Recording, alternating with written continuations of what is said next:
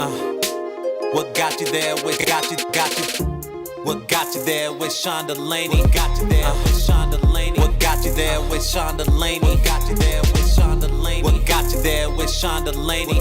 Jonah Berger is a marketing professor at the Wharton School at the University of Pennsylvania and best-selling author of Contagious, Why Things Catch On, and Invisible Influence, The Hidden Forces That Shape Behavior.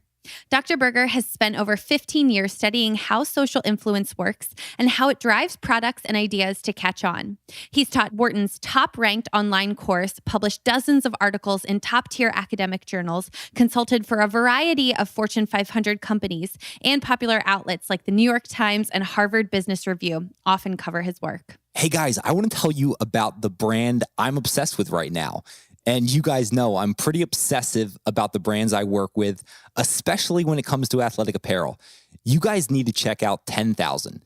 You need to head to 10,000.cc and you guys can enter code WGYT and you're going to receive 20%. Yes, 20% off your entire order. Why do I love 10,000? 10,000 created the only training shorts you'll ever need. They do so by simplifying your options to deliver 3 premium shorts that perfectly cover all the ways you train. They have one built for versatility, another for durability, and one super lightweight, perfect for one of those runs or whatever else you do for fitness. No matter what you do, they have you covered. CrossFit, running, spin, yoga, lifting, or your weekend adventure. It doesn't matter what you do for fitness. They have a short for every way you train. They make it super simple too to find the right short. Just pick the short that's best for you, your lifestyle, personalize it with your individual needs with a custom liner and inseam options, and start getting after it. Not sure if they have the right short? No need to worry, you guys. Make a return or exchange. They offer free shipping, free exchanges, and free returns on every order. Like I said, 10,000 is my favorite brand right now. I am wearing their apparel all the time when I'm working out. I can't recommend them enough. Head to 10,000.cc, enter code WGYT, and you've got 20% off your entire order. You guys know how much I love travel. So I think you're really going to like this next brand. That brand is Globekick. Head to globekick.com, check out what they've got going on, and you can also enter code WGYT to receive 10% off. Globekick makes your travel dreams a reality. They make it easy to discover, plan, and enjoy unforgettable adventures. And you're wondering what some of those adventures are? How about a yoga retreat in Italy? Cage diving with great whites in South Africa? Or their most recent trip was dog sledding and chasing the Northern Lights. Yes, they saw the Northern Lights. I think you guys would love checking them out. So head to globekick.com, enter code WGYT, and you've got 10% off. Jonah Berger, welcome to What Got You There. How you doing this evening? Good. Thanks so much for having me. Appreciate it. Yeah, no, of course. Your work is something I truly admire. I love your books. I love your writing. So I cannot wait for the listeners to hear more about you. But I'm always interested in morning routines, success habits, anything like that you've structured your day around. I wish I could say I have some magic sauce, but I will mention one thing that I found very valuable, and that is don't read any email twice. So many times, we're so interested in getting the email right away. We read it and then we say, okay, I'll deal with this later. But if you're dealing with it later, it means you're reading it a second, sometimes a third or a fourth time.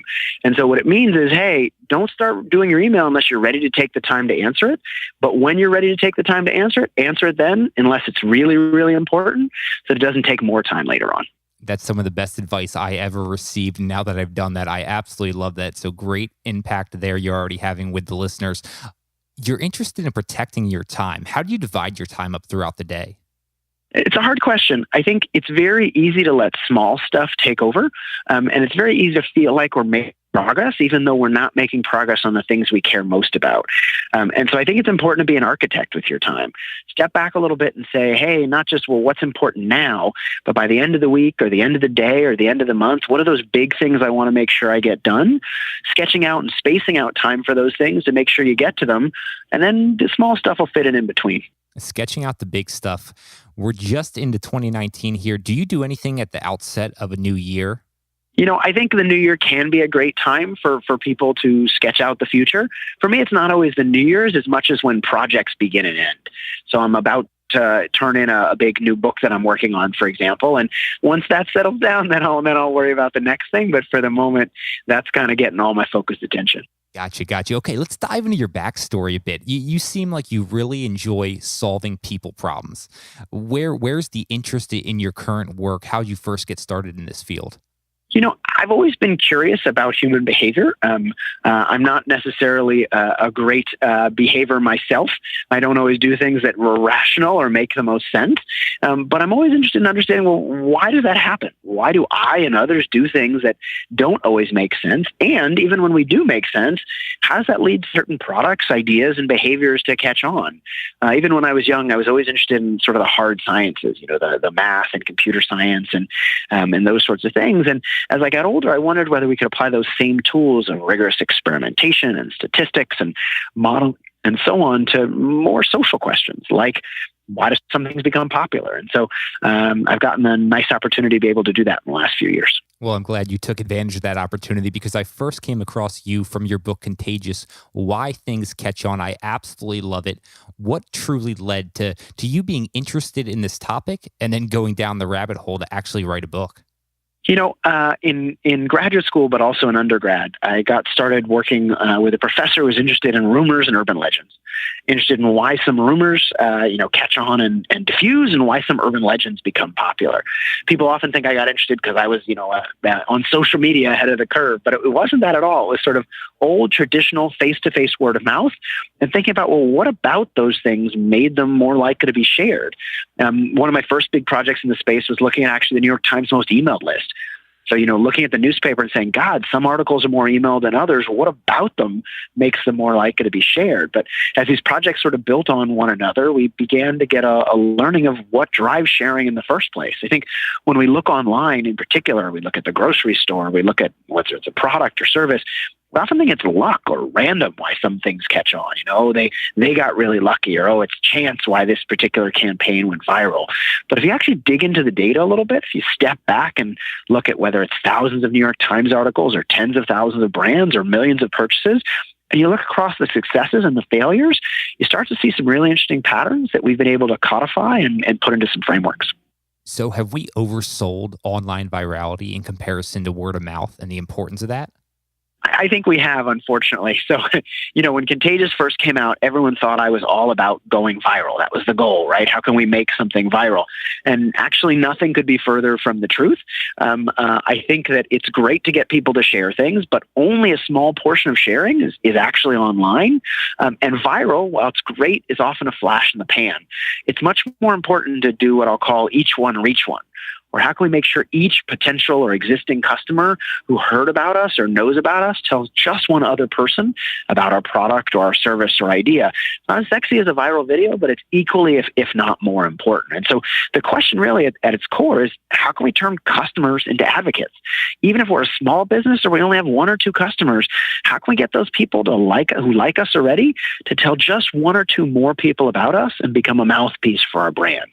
People are much more likely to trust that information coming from a peer rather than us. It'll be much more targeted and overall much more impactful. I love how you approach that problem. Now, the book's been out for a few years, so I know a lot of the business leaders who listen to this podcast would love knowing, what did you do early on to try to make this book even more successful? There was a Fast Company piece that came out right after the book was launched that basically said, here's this guy, Jonah Berger. He says figure out what drives word of mouth, figure out why things catch on. His book doesn't make the New York Times bestseller list. He has no idea what he's talking about. And so it was very much kind of a get up and get to it right away.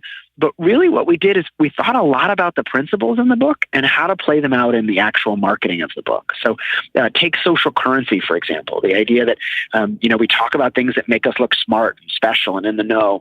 We did a lot of things to do that around the book. We sent out, rather than just one copy to some early readers, we sent out two so that they could give one to a friend or peer, making them look good along the way for giving them that free book, but also allowing us to do a little targeting, right? Rather than us having to figure out everyone who'd like that book, using their networks and them to figure out, well, who do they know who might like it, helping us reach an additional set of early readers. We came out with a $100 version of the book. So regular books are usually 20 or, sometimes 15 or even $30. But this great hip hop artist, Nipsey Hussle, read the book early on.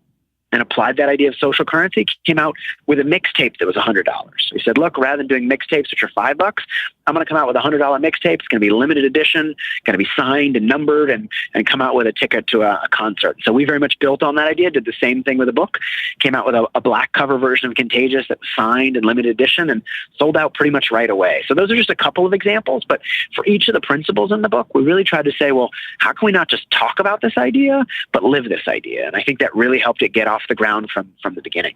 Yeah, you just mentioned the principles. You've got 6 of them in the book. You mentioned one already, social currency. You've also have triggers, emotion, public, practical value, and stories. Are you cool with jumping into some of these? I would love some of the examples. You brought up some great stuff in the book, and I know the listeners would really enjoy it. Oh, yeah, I'd be happy to. Sure. Okay, cool. So triggers, the second principle. When you first think of this word, what's going to happen? What should the listeners be in the know about? Yeah, so social currency is something I think we all understand, right? We all kind of get that if something is cool or high status or makes people look good, that they'll talk about it. And we haven't necessarily thought how to apply it, and so that's what a lot of the book talks about, but it's a principle we generally sort of recognize. Scarce and exclusive things get talked about more. Triggers is a little more under the radar. Of the 6 in the book, it's the one that I find when I work with companies and organizations, it's one that they hear when they understand it, they go, oh, I understand it and I get it, but it's not something they necessarily would have thought of in advance. And so the best way to think about triggers is top of mind, tip of tongue. The more you're thinking about something, the more likely you are to talk about it and to share it. And the key idea here is sometimes other things in the environment remind us of things that aren't already there. So if I said peanut butter and, for example, what word might come to mind? Jelly. Jelly. Or if I said rum and, you might think of the word? Coke, right? And so what's neat about that is peanut butter is almost like a little advertisement for jelly, even though it's not actually there, right? Jelly's not there when you say peanut butter because the connection between the two things, when you hear about one of them, you think about another. And that's really what a trigger is. A trigger is an environmental reminder to think about whether it's a product, an idea, a behavior, anything at all that's not physically there at the moment. And so the idea behind it very simply is, well, how can we get more word of mouth by linking ourselves to the right things in the environment? Let me give you a fun sort of relatively recent example. So some of your listeners may remember a couple of years ago, the insurance company Geico had this ad for Hump Day. So you might have remembered there was this annoying camel walking through an office going, what day is it? What day is it? Everybody ignores him. He's a very annoying camel. Finally comes across this poor woman. She goes, it's Hump Day, and the camel gets very excited. And the ad says, what makes the camel happier than a Hump Day? And blah, blah, blah, blah, blah. So funny ad, basically, nothing makes a camel happier than Wednesday. They got a lot of attention. The second most shared ad of the year. Not a beer ad, not a car ad, but an insurance ad. And a mildly funny insurance ad, but not even that funny of an insurance ad. And so one question when this thing became popular is, well, why did it become popular? It's not a sexy product category. I think many of your listeners think, yeah, word of mouth is really easy if you're Tesla, if you're a hidden bar, but insurance is not a sexy product category. Logistics software, socks, dishwashers. Is it easy to get people to talk about these less sexy categories? If you look at the data of that Geico ad, you see something really interesting. There's a spike in shares, and then it goes down, and then another spike, and then it goes down, and another spike, and then it goes down. And if you look closer, the spikes aren't random. They're actually 7 days apart. And if you look even closer, they're every Wednesday, or as it's colloquially known, Hump Day. And so that piece of content is equally good or bad. It's funny or not funny every day of the week. But Wednesday rolls around, and because it talks about Hump Day, right, people think about the ad on Wednesday. They're much more likely to talk about it, and they're much more likely to share it. So this is a great example of triggers, right? Linking that ad to something in the environment so that when it comes up, people talk about it and share it. And so the same idea is true of any business, whether you're large or small. Right? When do you want people to think about you, and what in the environment can you use to remind them of you at the right time? I think about this often when I think about reusable grocery bags, sort of a personal example. We all often have them at home. We often forget to use them. We get to the store, we go, oh, I forgot my bags and I left them at home. Why? Because the store is the only trigger for the bag, right? There's a trigger there, but it's in the wrong place. Right? It's too late. We're already at the store. We're not going to go back home to get our bags. And same thing for our businesses, right? We don't want to be left at home. We've got to make sure people think about us at the right time, when they're about to make a purchase decision, when that at the right point in the customer journey. And so the question then for me is always, okay, when do you want people to think about you? When is that right time? It doesn't have to be a time of day or a day of week. It could be when a problem comes up, when a situation arises. But when is that time? What's in the environment around at that time? And then how can you use, whether it's marketing communications or other things, to create a link to that trigger? You're more likely to be top of mind. You're more likely to be tip of tongue. It's too funny you bring up the Geico ad. One of my former managers at Nike, when that ad came out, he was obsessed with it. So he got the entire team custom socks with the Hump Day camel promoting that advertisement. So it's funny a few years later you're bringing this one up. Yeah, and it's a great example because it's become a cultural touchstone. It's become something that bosses get their collaborators' socks about. It's become something that people talk about and share. It's no longer an ad. It's become something broader than that, and I think that's the goal. Right? We don't have to have a huge advertising budget to make people think about us. We have to link ourselves to something in the environment. That's one of the 6 ways to generate word of mouth. But it's not about the size of our budget. It's about saying what drives people to talk and share. What's that underlying science, and how can we leverage that to get people to talk about us? So Geico experienced a lot of positive from this. What about when you get a negative review? Are both positive and negative reviews good? Are they bad? I know a lot of times you hear any publicity is good publicity. I would love to hear your take on this.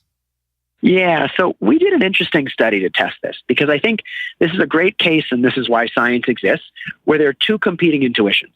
On the one hand, people would say any publicity is good publicity, right? As long as you spell my name right, talking about me is fine.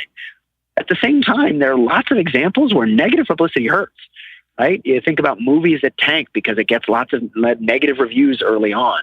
You think about, books or ideas that never get off the ground because it get a lot of negative attention early in the process. And so one question is, well, which of those intuitions is actually right? Is any publicity good publicity, or is sometimes negative actually a bad thing? And so we actually looked at this. We went and got data from about 300 books that were reviewed in the New York Times.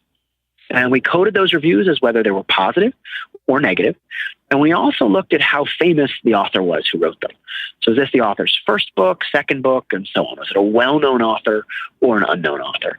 And we found a couple of things. First, not surprisingly, positive reviews help sales. No surprise there, right? You get a positive review in an outlet like the New York Times, it increases the sales of your book from a little to even a large and significant amount.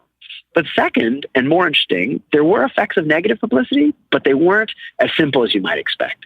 So in some cases, negative publicity hurt.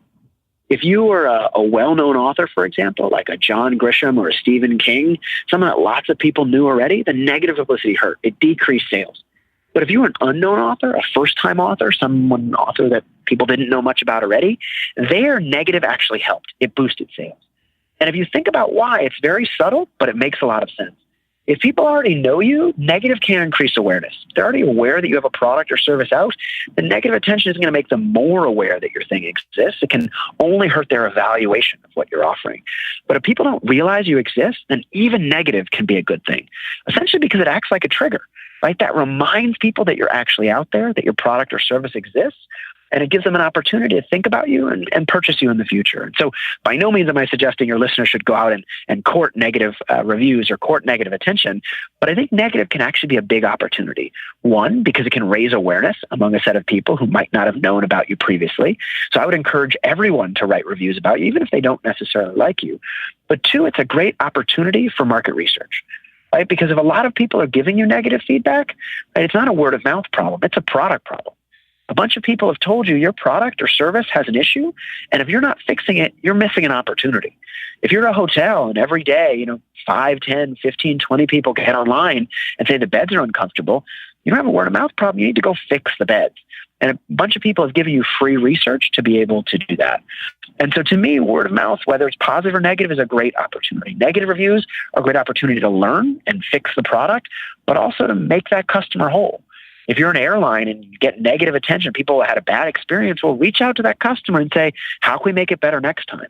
Particularly if you're a small business and growing early on, you want to make sure each person's experience is good. And if they had a negative experience, you know about it and you fix it. Because if you fix that negative experience, even though it wasn't good to start with, that person is more likely to be a customer for life. Oh, Jonah, this is why I love your research. It's so interesting. Your work is fascinating. I'm sure the listeners are already dying to pick up the book. But you want to get them and spark them to take some action here. And that leads us to another principle, emotion.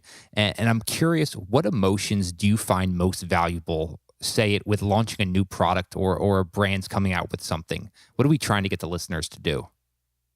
Too often when we're launching something, we focus a lot on the functional reasons or the functional attributes, the 6 reasons why someone should buy this product, the things it does better than the competition. But we think a lot less about the emotion. Why is someone buying this product or service? We think more about features rather than benefits. But the problem is that features focus a lot on us. Features are about what the product does. The customer doesn't care about the features. The customer cares about what the product does for them, what benefits it provides them as a consumer or a customer. So we really need to focus on the feelings. What's the underlying reason that someone is buying a product or service? Right? They're not just buying it because they need it. They're buying it because they want to help themselves achieve something for their own business, for their own personal lives. The more we think about and understand those things, the more we understand those underlying reasons why, the more we find that emotional core that's driving behavior, the more we can really dial into those emotions and dial them up. But as you noted, not all emotions drive sharing. We did a bunch of research in this looking at online content. We looked, for example, at thousands of New York Times articles. So doing textual analysis to figure out, well, which articles make the most emailed list and why. And we found something interesting. First, more emotion, more sharing. Right? The more emotional an article was, the more it evoked emotion in the reader, the more likely it was to make the most emailed list. Positive emotions, on average, were shared more than negative emotions, consistent with the idea that we share things to make ourselves look good, and we might want to avoid the ones that make us look bad. But what we found was interesting is it wasn't just about positive or negative. Take 3 negative emotions: sadness, anger, and anxiety. All of them are negative. All of them make people feel bad, but they don't actually have the same effect on sharing. When you look at the data, you see something really interesting. Whereas sadness decreases sharing, anger or anxiety actually increase sharing. The more anger or anxious someone feels, the more anger or anxious something makes someone feel, the more likely they are to share it. Whereas the more sad something makes people feel, the less likely they are to share it. And so as we dug into the data to figure out why, we noticed something really interesting, which is that sharing is not just about positive or negative. It's about the arousal or the association that emotions have. If you think about sadness, what do you do when you're sad? You kind of want to do nothing. It's a very passive emotion.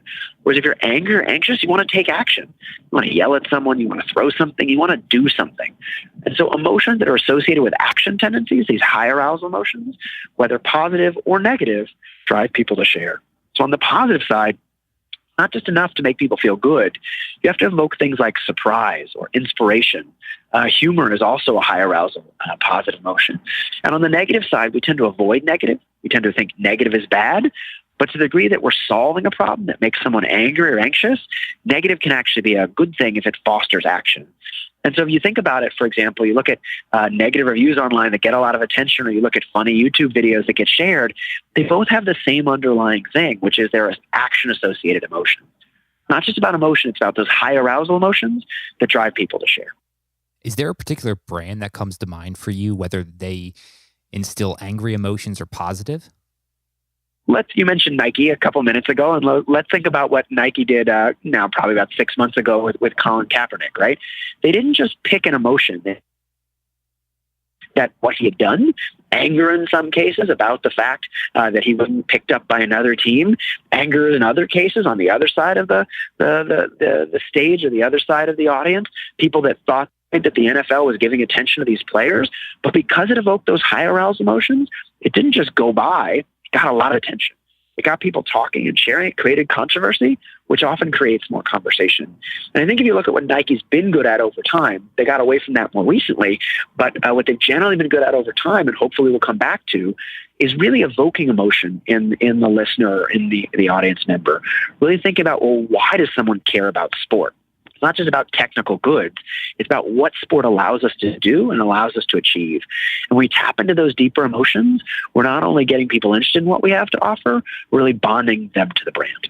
You bring up a very public example there. Public is another one of these principles. What should the listeners know about public? I feel like that's a pretty broad one. How specific can they get here? Yeah, so the quick version of public is the idea is if something's easier to see, it's easier to imitate. So if we think about most products or services or ideas, we often don't know the right thing to do. So we look around to others to get more information about whether something is good or not. Imagine you're in a foreign city, for example, and you're trying to figure out what restaurant to go to. You might use a time-tested trick, which is, well, I'll look for a place that's crowded. Why? When you assume it's crowded, it must be good. If lots of people are eating there, you use them as a signal of information that the restaurant must be a good place to eat. Do you know that's good? No, but you make that inference is because if others are doing it, it provides a signal of information. But notice you can only use others as a signal of information if you can see what they're doing. Right? If you go by that restaurant, you can't see inside the window. There's no way to use them as a signal of information. There's no way to use them as information about what you should do because you can't see it. You can't imitate it. And so that's the idea of public. How can you make things easier to see and easier to imitate? The more visible it is, the more observable it is, the more likely others can use it as a signal of information and do the same thing themselves. And so whether you think about, the iPhone when it first came out, using white headphones as a way to make it more observable. Think about I voted stickers, make it more likely that other people vote. Think about Lululemon bags that are reusable that people carry around with them and provide ready, visible social currency and social proof for the brand. The question for me is always, how can you take the invisible and make it more visible? For most products and services, people have no idea what their friends and colleagues are using, but if they can't see it, they can't imitate it. So as leaders of brands, we need to make the invisible visible. We need to make things easier to see. Oh, no, that's fantastic. And I want to leave the final two principles for the listeners to pick up because I really think they should purchase this book. Anyone in the marketing realm, running a business, I think the tactics, strategies, examples you implemented are tremendous. So I want to leave those two alone. I would love bringing up a few other things, though, that you've discussed across your work. And one of them is never exercising alone. Why is that? It's a principle I often try to follow in my personal life as well. When we think about motivating people, particularly as leaders of organizations, we tend to default to one of two things, right? The carrot and the stick. We either say, hey, we'll pay people more. You do this, you get a bonus, or we'll punish you. Hey, if you don't do this, we'll fire you. But unfortunately, neither of those often work. They're often effective in the short term, but they're very expensive, and they often don't work in the long term. And so one question is, well, what is more effective? What's a better way to motivate people to action? And so a few years ago, some researchers looked at exactly this. They did a study in Southern California where they knocked on doors and tried to get people to save more energy. And they tried different appeals. One appeal was they knocked on doors and said, hey, saving energy is good for the environment, so save energy. Another appeal talked about money and how saving energy was good for your wallet. Another appeal talked about how you would be a good community member if you saved energy. All these are sort of standard approaches to motivate behavior. But when the researchers actually looked at the data, none of these worked. Whether it's talking about money or being a good citizen or helping the environment, all things we think would change behavior, none of them actually drove action. But there was a fourth appeal that was actually quite effective. And that appeal very simply was your neighbors are using less energy, so you should too. Comparing people to others around them made them much more likely to take action, and in this case, save energy. And the same thing is true in a variety of different domains. Scientists call this idea social facilitation, right? Whether we're exercising at the gym or working at the office, having other people around, particularly the right others, can motivate us to work harder. If we're swimming, for example, having someone in the lane next to us makes us swim faster. Running on a treadmill, doing it next to someone else gets us competitive juices and makes us go a little bit more. And so comparing ourselves to others, particularly the right others, is often a powerful motivating tool to drive action. Yeah, no, I was cracking up when I read that in the book, and I was thinking about if I'm running out on the street, the second I see a car coming, I am speeding up immediately. I'm trying to run as fast as possible. So after I read Contagious, I just went out and I had to figure out everything that you'd put out there. And I picked up the next book, Invisible Influence, The Hidden Force That Shaped Behavior. I don't want to dive into too many details here, but there are a few things I would love uncovering about this book. What's the big overarching idea that drives this book? Yeah, I think the big idea, similar to what we just talked about, is influence is everywhere, but it's often invisible. Right? Influence has a big social influence. The power of peers, the power of others shapes everything we do. It shapes the products we buy. It shapes the services we use. It shapes how we vote, whether we exercise or not, how much we exercise, whether we save energy. Everything we do, 99.9% of all behavior is shaped by others. And yet, in most cases, that influence is invisible. In most cases, we're unaware of how others influence us, and we're unaware of how to take advantage of that power of influence to shape others' behavior. And so that's really what the book is about. How by understanding these often invisible influences, can we take control of them and use them to be more effective, whether it's at the office as leaders and as marketers, whether it's at home motivating ourselves. By understanding the power of influence, we can take advantage of it and be more influential. I mean, you've got unbelievable perspective working with so many different brands, so many different companies. Your research, when a company hires you, what's the first thing you're looking at in terms of improving their business, tapping into their customers better?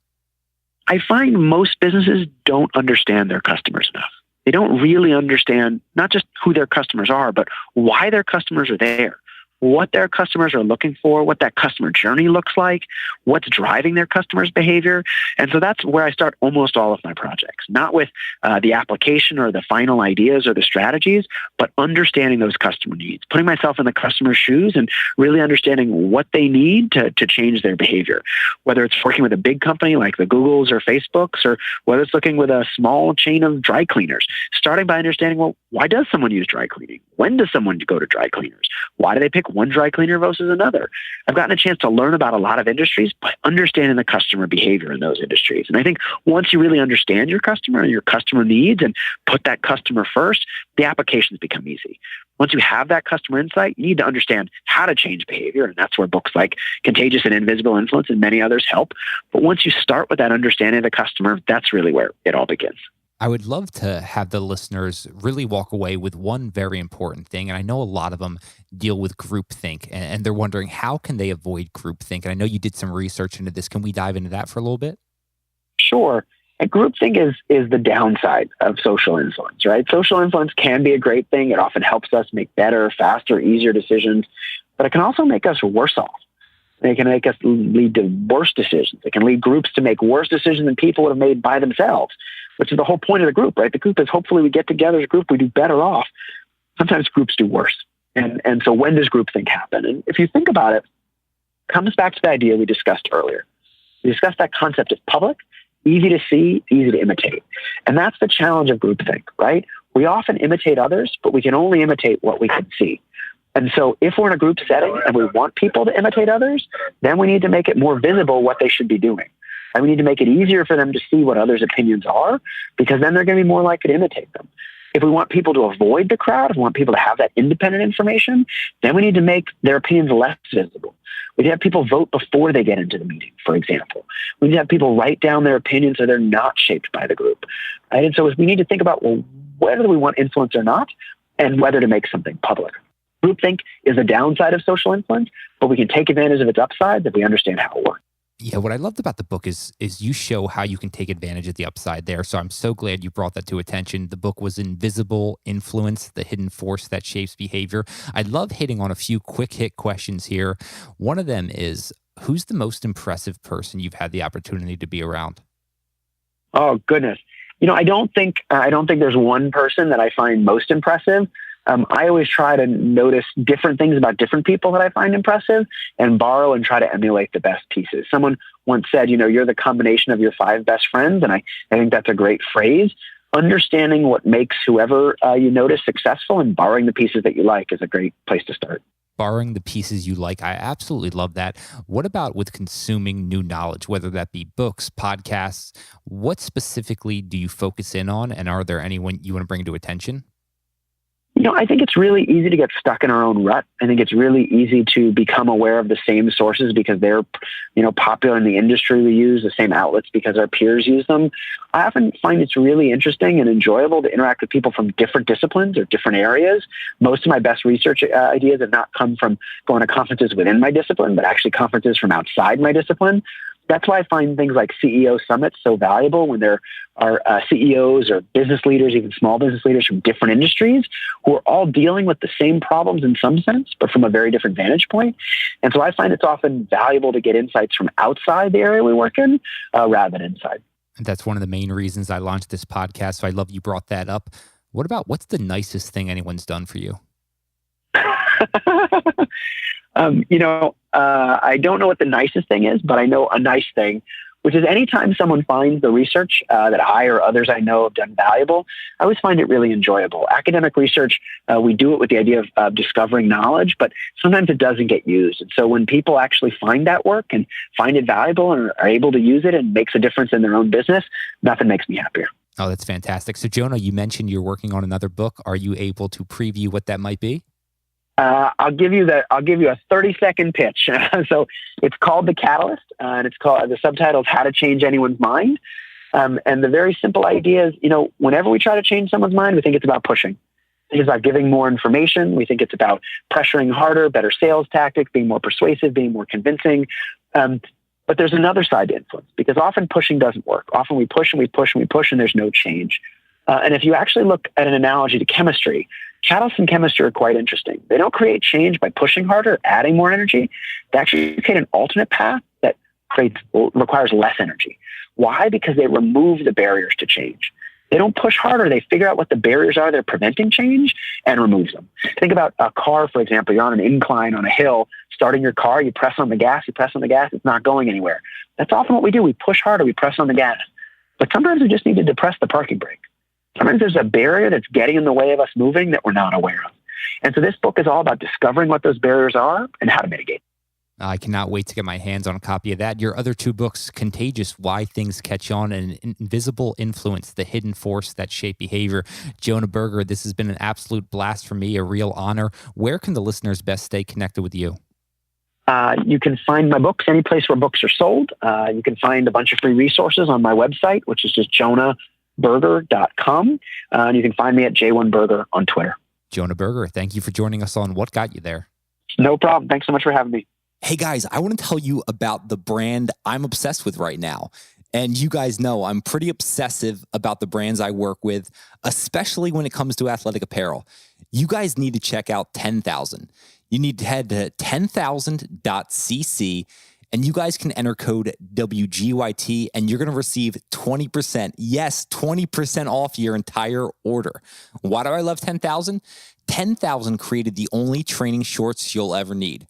They do so by simplifying your options to deliver 3 premium shorts that perfectly cover all the ways you train.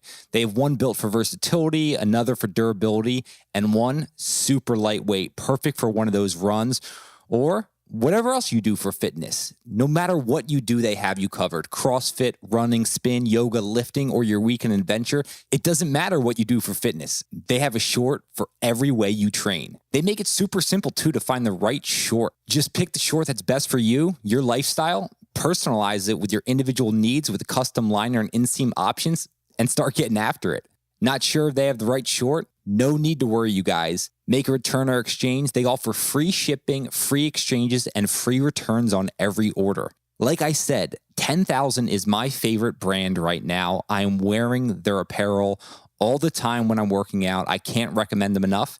Head to 10,000.cc, enter code WGYT, and you've got 20% off your entire order. You guys know how much I love travel. So I think you're really going to like this next brand. That brand is Globekick. Head to globekick.com, check out what they've got going on, and you can also enter code WGYT to receive 10% off. Globekick makes your travel dreams a reality. They make it easy to discover, plan, and enjoy unforgettable adventures. And you're wondering what some of those adventures are? How about a yoga retreat in Italy? Cage diving with great whites in South Africa? Or their most recent trip was dog sledding and chasing the Northern Lights. Yes, they saw the Northern Lights. I think you guys would love checking them out. So head to globekick.com, enter code WGYT, and you've got 10% off. What got you there with Sean Delaney? What got you there with Sean Delaney? What got you there with Sean Delaney? What got you there with got you? Thanks for listening to another episode of What Got You There. If you enjoyed today's episode, please leave us a review on iTunes and also share with your friends. Thanks so much. Looking forward to talking with you next time. If you want to stay up to date on all things I'm working on behind the scenes and everything we've got going on at What Got You There, head over to whatgotyouthere.com. You'll also be able to see more on podcast guests and what they're doing. Thanks to Justin Great for providing us the intro and outro song. If you like his music and want to find out more about what he's working on, head over to justingreat.com.